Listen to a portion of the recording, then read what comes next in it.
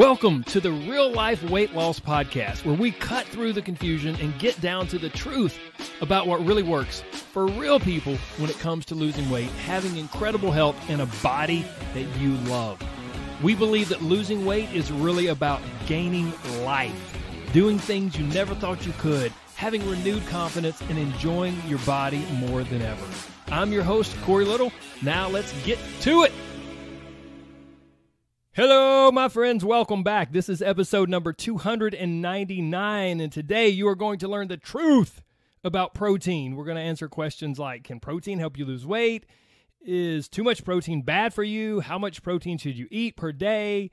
And all kinds of good stuff like that. And I'm really going to try to set this episode up so that I present information while really trying to withhold my opinion and my stance as much as possible, and then let you form your own opinion. I will ultimately kind of share with you my thoughts on it, but I want to try to help you form your own opinion when it comes to protein and how much protein you should or shouldn't be eating, and to really answer some of these kind of controversial questions. Like I said, is too much protein bad for you, and can protein help you lose weight, and all of those sorts of things. And this episode was inspired by two recent conversations that I had, one with a person at the gym and another with a person from my family when it comes to protein. The first, when I was talking with someone at the gym, they said it was actually a somewhat elderly gentleman. He was in his 80s, and he's in unbelievably good shape to be 80-something years old. He carries a lot more muscle mass than most 80-year-olds, and he was asking me, once he discovered what I did for a living, he was asking me about protein. He said, I've got a protein shake that I like to drink sometimes, and I had a conversation with my doctor about it, and blah, blah, blah, and he shared all of this different stuff, and he walked away kind of concerned that he might be taking in too much protein. He walked away not from the conversation with me, but from the conversation with his doctor. And anyways, I won't get into all the medical details because this episode is going to be long enough already, but he was concerned that he might be eating too much protein and he maybe should cut his protein shakes out.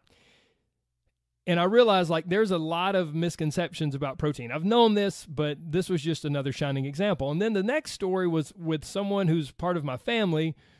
She is an incredible athlete. She's an endurance athlete, and she was really stunned to discover when she got her body composition tested that over the past, 6, 7, 8 years, she had lost a fairly significant amount of muscle, and she had gained some body fat.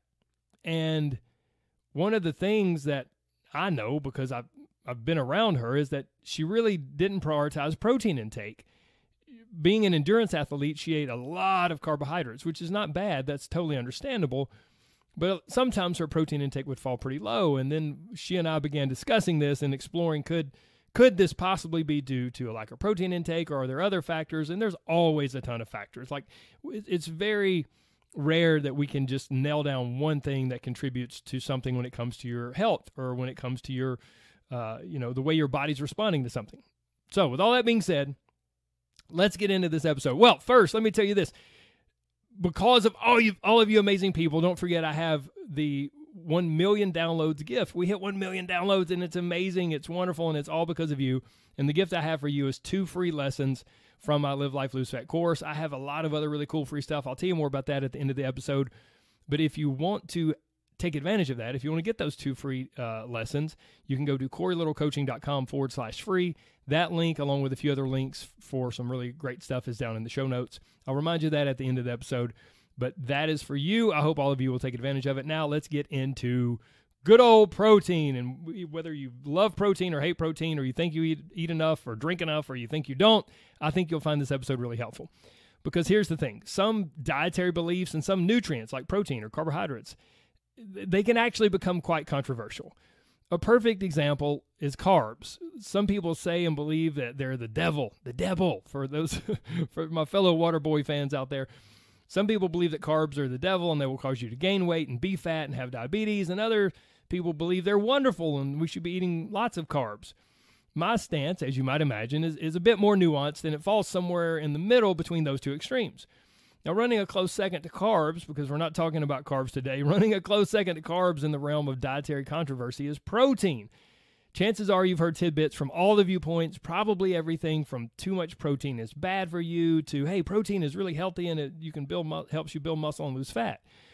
The sad part is that nutrition experts often are the culprit. Dietitians and nutritionists tend to be the ones preaching all sorts of conflicting information. And so here you are, bless your heart, here you are, you're doing your best to learn about quality nutrition, and you've got all the experts throwing different arguments and viewpoints at you. I imagine that sometimes you probably feel kind of like Charlie Brown when he's at his wit's end and just beyond frustration. He finally throws his hands up in the air and screams, ah! It's like, oh, I just don't even know what to think anymore. And if that's you, go ahead, have your moment. You deserve it, because honestly, if I didn't do what I did for a living, I would be frustrated and confused too. I would be right alongside you with those same feelings.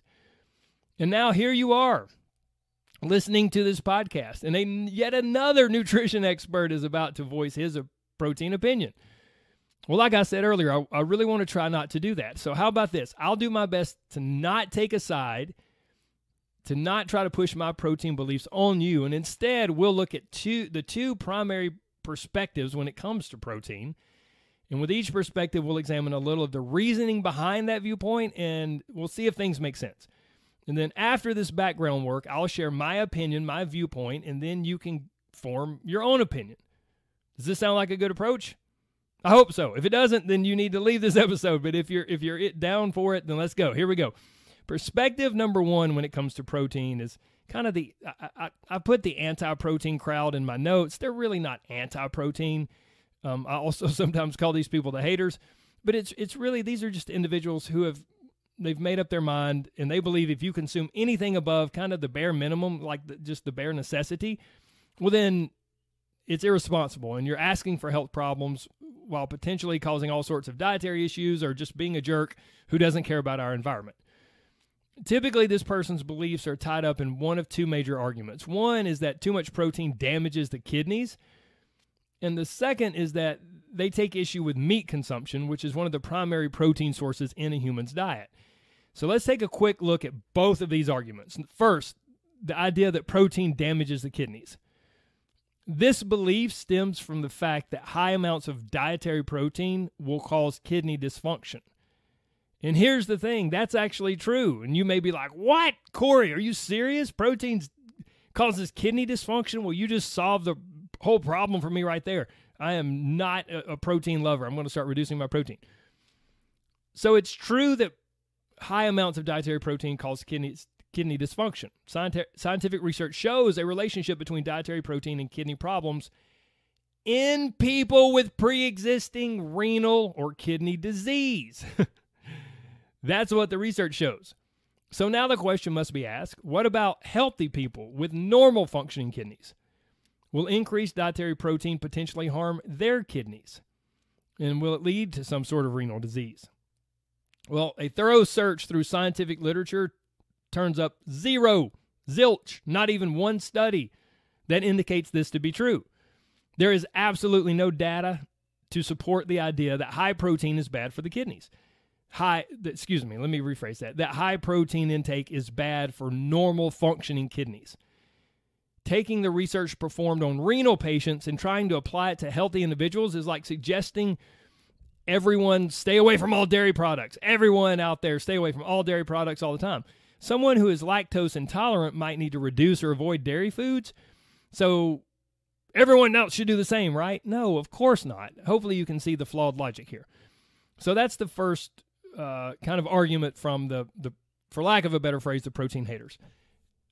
The second argument, the second perspective they take is that meat is kind of evil.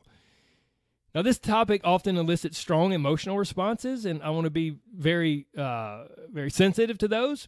Various people have various reasons for despising the consumption of meat. So let's take a look at the two predominant arguments. The first is animal cruelty, and the second is undesirable nutritional content. First, animal cruelty really can't be debated. To eat meat, you must kill an animal. Now, some consider that cruel, others call it the normal cycle of life. Beyond the animal's death, it's sadly true sometimes that much of the meat that makes it to our tables, like the meat industry, it comes from animals that were treated rather poorly. They were raised and harvested more like a crop than a living creature. There are more humane options out there when it comes to eating meat, but they tend to be more expensive, more costly. And so here's the thing. I just want to want to kind of put this to rest right here. I'm a nutrition scientist, not an ethicist. I don't even know if ethicist is a word. So I can't speak on ethical terms here. I'm not trying to do that. I'm just speaking purely from nutrition science terms, okay? I'll teach you about the nutritional content, value, and drawbacks of meat. However, it is your personal decision whether you choose to get your protein from meat or from other sources. Some people choose against consuming meat, not due to ethical issues, but because they believe it's unhealthy and bad for you.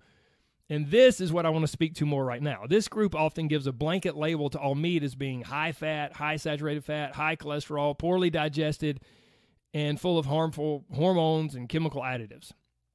And this argument is kind of right, but also kind of wrong. It's true that some meats contain potentially unhealthy amounts of fat, saturated fat, and cholesterol, but there are many other options that offer a host of beneficial nutrients with lower fat and lower cholesterol content. So the next question is meat poorly digested? Well, a healthy individual can digest meat just fine unless they consume way too much all at once. But that doesn't make meat unique or special or bad for you. Try consuming too much milk or too much broccoli or too many beans in one sitting and see what happens. Meat is not the only thing that can cause system overload and digestive issues. Almost any food can do that if you consume too much all at once. Finally, lastly, when we are thinking of this argument from the kind of anti-protein group, how about like the chemical additives when it comes to meat? Well, this is a bit of a gray area. Yes, some animals, primarily cattle, are given hormones, and even more animals, cattle, poultry, and pork, are given antibiotics. And experts and researchers are still not quite sure how much of these drugs can potentially make it onto your plate via the meat from these animals. On top of that, science has yet to determine how much of the, for lack of a better term, the drugged up meat you would have to consume to have any sort of negative health impact from it. Just like with animal cruelty, there are hormone and antibiotic-free options. So my point is there are options that you can go for that are more natural, more naturally raised, grass-fed, free-range, all these things. But again, for some people, they can be cost prohibitive. Now, if we speak purely in regards to the nutritional content of meat, it's silly to let the threat of saturated fat and cholesterol scare you off. Various lean meats provide not only high-quality protein, but 4 different B vitamins, CLA, which stands for conjugated linoleic acid. That's a tremendously healthy fatty acid. They also provide vitamin E, zinc, iron, and magnesium. The key, though, is if you choose to eat meat, is making the right choices, what I like to call high-quality lean meats, high-quality lean proteins. We'll come back to that in just a moment. So as we wrap up kind of our first perspective here, the anti-protein, the haters, if you will, and I shouldn't say that. It sounds like I'm taking a side already. I'm just trying to think of ways to differentiate between these two categories, right? So we'll kind of go for the haters first and the lovers second, or the anti-protein and then the pro-protein next. But this category represents pretty much a mixed bag. When we talk of kidney damage, that's really a myth. Animal cruelty is a personal ethical issue, and while some meats might have an undesirable nutritional profile with higher saturated fat and higher cholesterol, other meats really shine nutritionally by offering a plethora of beneficial nutrients. Hopefully, this has been helpful to get a slightly deeper look into this viewpoint. Now let's move on to the opposite end of the spectrum and try to figure out why some people absolutely love protein and think it's the most amazing and helpful thing ever. So perspective number 2 here is the pro-protein crowd, what we might call the lovers, the protein lovers, right? Often it's not hard to spot these people because they worship the altar of protein. It's those people you might think of. Many fitness enthusiasts, high-level athletes, and nearly all hardcore bodybuilders will quickly tell you how wonderful protein is, exactly how many grams they eat per day, and why you should eat more. Occasionally, you can also throw a doctor, dietitian, or nutritionist into this protein-loving category. You can see the work of these experts in books such as Protein Power, The Metabolic Diet, The New High Protein Diet. That's just to name a few. There's a ton out there. And here's the thing, 10 to 15 years ago, these experts who were writing these types of books, they might have been referred to as rebels, pioneers, or even quacks. But time and research seems to have proven much of what they were teaching and preaching as maybe being more correct than we originally thought. The question remains, why are some people in love with protein? So without delving right now too deep into complicated science, let's just take a quick look at the possible answers to this question. To understand why athletes, bodybuilders, and the like, while they consume high amounts of protein, one must first understand what protein does and why it's different than other macronutrients like carbohydrates or fats. While there are many potential uses within the body for each nutrient, protein is generally considered the primary structural unit. Typically, carbs are thought of for energy, fats are for cushioning bones and organs, as well as long-term energy storage, and protein is for building. Now, we may say, okay, it's for building what? Well, it's for building muscle. And not only is muscle made of protein, but protein is also vital for the repair of most tissues in the body. Overall, it's known as a growth and repair nutrient. Now, understanding that, it's easy to see why athletes and bodybuilders would want to consume high amounts of protein. The thought process is, hey, if I eat more protein, then I'll repair and build more muscle. Now, according to science, the process is much more complex than this, and it depends on a host of factors from overall calorie intake to hormonal levels to training stimulus, training frequency, all kinds of stuff.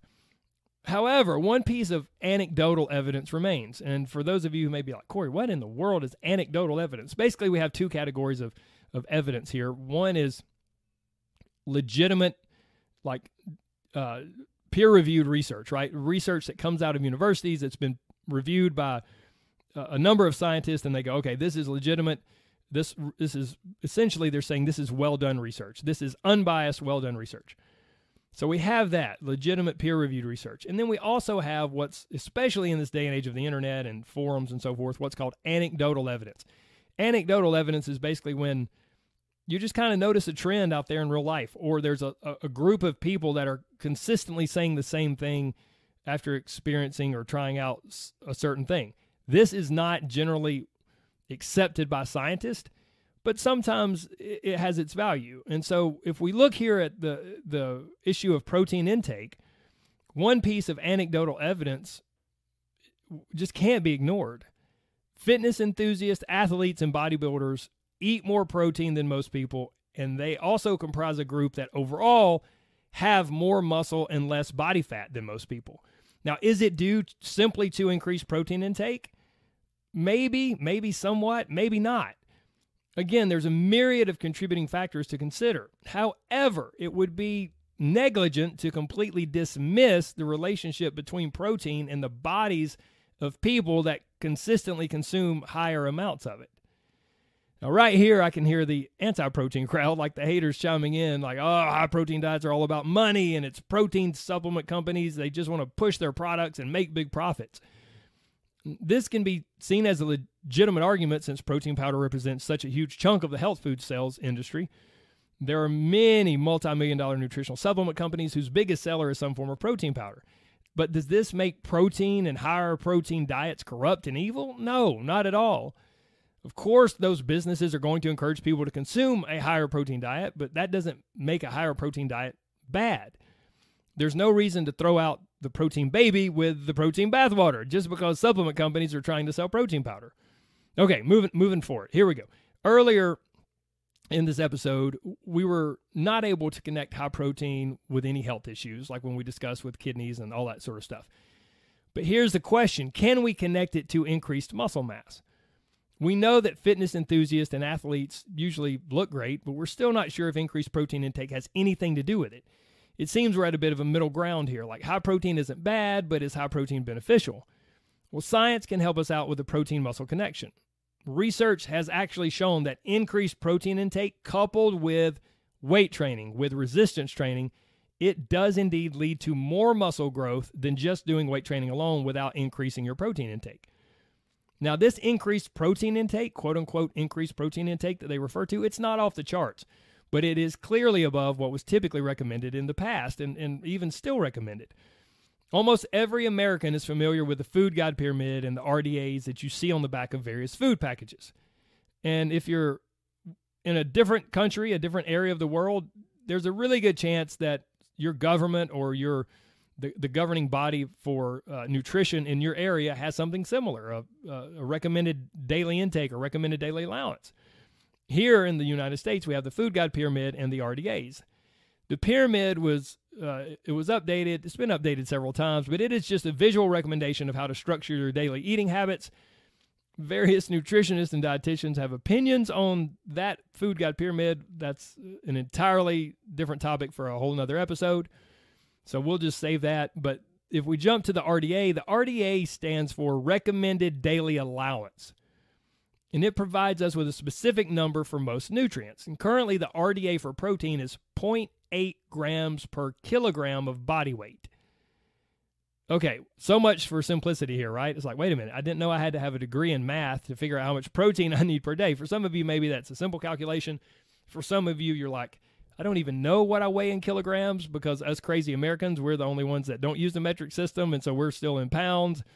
And so it's like, wait a minute, I got to convert my weight to kilograms and then do 0.8 per kilograms. What in the world? So a more generalized recommendation from the government is the daily value.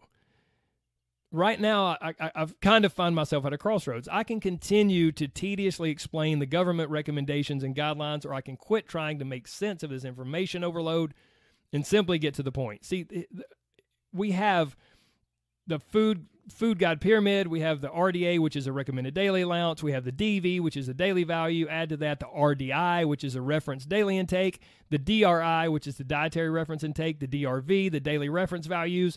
And the FDA and the USDA have lost the majority of the USA. It's like, good grief. Now I want to pull a Charlie Brown myself, and I've got a degree in this stuff. The government guidelines are not necessarily terrible. I just think they're way overcomplicated. Their concern is simply safety and health. They just want to keep people alive and keep their bodies functioning. Long story short, they recommend around 50 to 60 grams of protein. That's what the government encourages the average adult American to consume on a daily basis. Now, to bring that into perspective, many athletes and fitness enthusiasts consume 50 grams per meal, and they eat 4 or 5 meals per day. So some athlete or fitness enthusiast might eat 200 to 250 grams of protein per day, while the government is telling you to eat 50 to 60 grams in order to keep your body functioning and to keep yourself alive. Now, I would be remiss if I didn't say that the recommendation they make of 50 to 60 grams per day is for sedentary individuals, for people who are not exercising and they're not active. And most well-respected experts and well-respected nutrition organizations recommend that anyone who is active and who is exercising regularly, especially for those who do strength training, that they would get roughly double that amount of protein. So for all of you amazing listeners who are in America, it's 0.8 to 1 gram per pound of body weight. So you can just take your body weight and multiply it by 0.8 or multiply it by 1. However much you weigh, that's if you're active, if you are strength training, that's roughly how much protein that it would be recommended for you to get per day. For my wonderful international listeners, it is usually 1.2 to 2.0 grams per kilogram of body weight. But would it be okay? Here's a question I think is important for us to ask. Would it be okay, or maybe even a good idea, for anyone looking to lose weight to consume this much protein per day, even if they're not that active? Like, even if they're not doing strength training 3 or 4 days a week? Well, it depends on who you ask. But if you ask me, and this is where my opinion is going to start coming into this episode a little bit, I think it's a great idea. And here's the thing, it's not just me. According to Ryan Andrews of the highly respected Precision Nutrition team, he says, we need a small amount of protein to survive. Think of that as like the 50 to 60 grams per day that's recommended by the U.S. government. We need a small amount of protein to survive, but we need a lot more to thrive. And just a side note, Ryan Andrews is not some like meat-loving guy who has a freezer full of an entire cow. He's a vegetarian. Ryan Andrews is he's either vegan or vegetarian. And he says we need a small amount of protein to survive, but we need a lot more to thrive. Hopefully you can see how eating enough protein is not only helpful, but vital when it comes to looking and feeling great. And this is for a lot of different reasons. But before we get into all of that, let's jump back to the baseline eat this to stay alive recommendation. 50 to 60 grams, which translates to 3 to 5 very, very small servings of protein foods per day. This will keep your body functioning properly. My goal for nearly everyone I work with is to improve health. So yes, function properly on the inside of your body, but also to lose body fat and to thrive, not just survive, but thrive and function optimally. So maybe we should ask a different question. Like I said earlier, what's the minimum amount of protein I need to survive and for my body to function properly? Maybe instead of that, no. Let's ask a different question. I like to ask this: what's the best amount of protein for our body to thrive and function optimally? Now, if we start looking at research, we can see why eating a little more protein might be really beneficial. So you've already learned a little bit about protein-related science. Now let's take a moment to look at how all of the science actually manifests itself in the real world. The question is, will eating protein consistently throughout your day help you achieve a leaner, healthier body? And the answers lie ahead in what I'm about to share. Here are some practical, real-life reasons why I believe having more protein than just 50 or 60 grams per day is probably a great idea for you. First, eating protein raises your metabolism. The simplest and easiest thing you can do to increase your metabolism is eat more protein. Every food you ingest has what's known as a thermic effect. It's called the thermic effect of food, and it's abbreviated by the letters TEF. This is a measure of the energy, the calories required to digest, process, and store that food in your body. Now, of all the various foods and nutrients out there, protein ranks towards the very top in thermic effect of food, in TEF. Approximately 30% of the calories consumed in the form of protein are burned. You don't even get a chance to store those. It's like they don't count. 30% of those are burned as the protein is being digested and processed by your body. So you can almost think of protein as like a little edible treadmill. I know that sounds bizarre, but it's kind of true. Next up, protein also increases your metabolism in another way totally unrelated to TEF. If you show me a body that has a good amount of muscle mass, I'll show you a body that has a good amount of metabolism. See, every ounce of muscle that is on your frame requires calories for maintenance.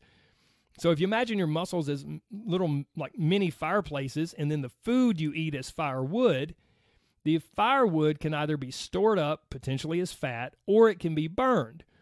More muscle equals more firewood being burned, more calories being burned. Now, how does protein play into all of this? Well, as we mentioned earlier, protein is the growth and repair nutrient. To repair and grow new muscle, adequate protein intake is essential. So you burn calories when you eat protein from the thermic effect of food, and you burn more calories over the long run because you've maintained and potentially gained muscle mass. It's like this win-win, 1-2 positive punch for metabolism.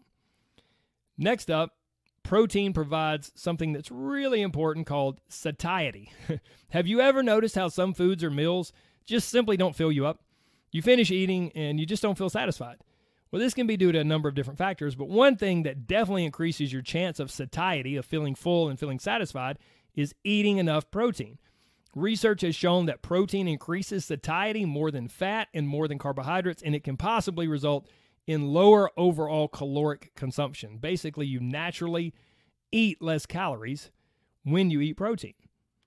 Next up, if we keep going through the research here, protein is the nutrient least likely to be stored as fat. Now, let me make it clear that fat storage is primarily determined by calorie intake, and technically any nutrient can be stored as fat. However, when examining protein, fat, and carbohydrates, and by the way, those are the only three things. Those are the three macronutrients. There's no other magical stuff. Protein, fat, and carbohydrates. Technically, we have alcohol as a fourth macro, but for our purposes, this is what the majority of most people's diet consists of: protein, fat, and carbohydrates. And any other thing you think falls into this is a subcategory of one of these. You may go, oh, Corey, what about fiber? Fiber is a subcategory of carbohydrates. Oh, what about sugar? Sugar is a subcategory of carbohydrates. Oh, Corey, what about cholesterol or saturated fat? Those are subcategories of fat. So, when examining protein, fat, and carbohydrates, the only three macronutrients, protein isn't converted as easily or quickly into fat as the other two. Your body strives for efficiency, and it's much more efficient to store fat or carbs as a fuel source for later.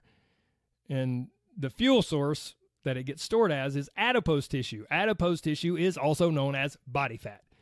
This is primarily due to TEF, the thermic effect of food. Protein weighs in around 30%, while carbs require 8%, and fat only needs a measly 3%. So fat and carbs are much more likely to be stored as fuel for later, aka body fat, than protein.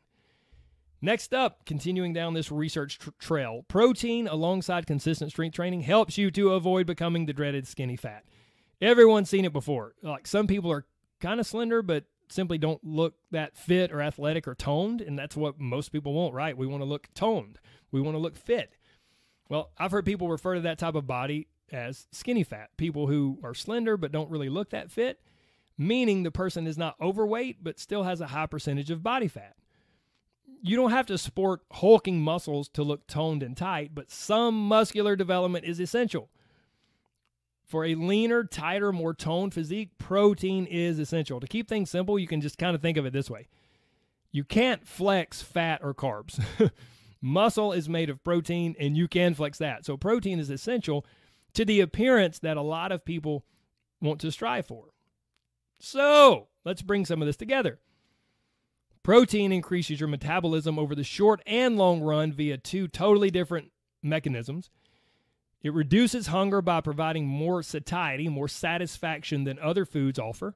It has a very small chance of being stored as body fat, and protein discourages overeating, and it helps to make you look tight and toned, especially if you pair increased protein intake with some strength training, with some resistance training. Now, can you see why I believe protein intake is a very important cornerstone for anyone who wants to lose weight or just anyone who wants to be fit, healthy, and function at an optimum level? So, thank you, Corey. You've enlightened me on protein. Now, what in the world should I do? Well, you can launch into counting grams of protein every day. This could be eye-opening and helpful in the short term if you decide to do that, but honestly, it's not my favorite option because I just don't see it as a great long-term solution. In my opinion, the best and easiest and simplest thing to do is just make sure you eat some high-quality protein food at least 3 or preferably 4 times per day. And once again, you may be like, all right, yeah, man, that sounds great, but dude, what in the world are good sources of protein? Well, here are some examples. You can look it up online. Google will help you out tremendously. But some simple, really quick examples: lean meats such as skinless chicken breast, turkey breast, pork tenderloin, or even lean cuts of beef. Pretty much any fish or seafood can be great. Reduced fat dairy products. Some different lentils and beans are also really great sources of protein. And then, of course, we have high quality protein shakes. But here's the thing. I'm going to go on a very small rant here. Not nuts. N-O-T, not nuts, not N-U-T-S. I call this the nut protein myth. There are many people out there, including some dietitians and nutritionists, who consider nuts a good source of protein. And here's the thing. Nuts do contain some protein, but that's not their primary nutrient. Nuts are composed primarily of fat. If we just look at the numbers, about 80% of the calories in nuts comes from fat. This clearly makes nuts a good source of fat, not a good source of protein. Like I said, I call this the nut protein myth, and this might be an area where I diverge from many nutritionists or dietitians, but I don't really care. I just go with the math. If a food is roughly 80% fat, then I can in good conscience recommend it as a quote-unquote protein food to someone who is already struggling with too much fat on their body. Okay, enough of that. I should maybe do an entire episode on the things that some nutritionists or dietitians preach and teach that drives me nuts. But that's maybe a topic for another day. Okay, my friends, this episode's been long enough. I hope it's been helpful. I hope it's helped you find some clarity around the sometimes conflicting perspectives on protein and how much you should or shouldn't eat. Ultimately, here's the thing. It's your decision. Do your own research, ask the people you trust, and then form your own opinion and your own approach. And if you did find this episode helpful, I hope you'll share it with someone, and then the 2 or 3 of you will discuss it. As I've said before, I truly believe that's the way we get the most out of anything, out of any lesson or teaching or book or podcast, or for my wife and I, any sermon, any teaching at church. Get together with people that you know and you like and you trust and have similar interest in this topic, and then discuss it. So share this with someone and talk about it. Hey, do you think I eat enough protein? What do you think? Do you agree with some of the stuff that Corey shared, or is he crazy? Like, go through it. Talk about it. And then last but not least, just a quick reminder that I have all sorts of free stuff to help you out.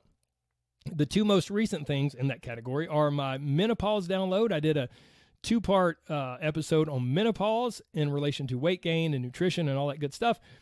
You can go back and listen to those episodes. I'm not sure what numbers they are, or you can just scroll down to the show notes and you can get my free menopause download where I highlight everything that I discussed in those episodes.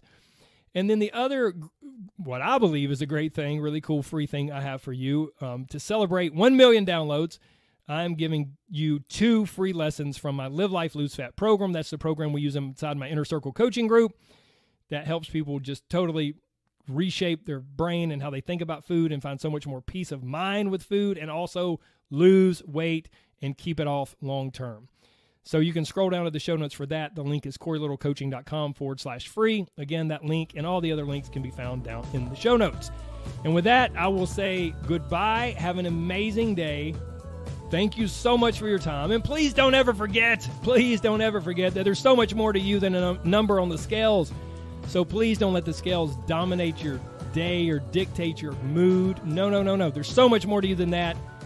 And even if you struggled to lose weight in the past, you can do it, I promise. Losing weight is really all about gaining life, and I know you can do it. Even if you don't believe in yourself, you can borrow my belief, okay?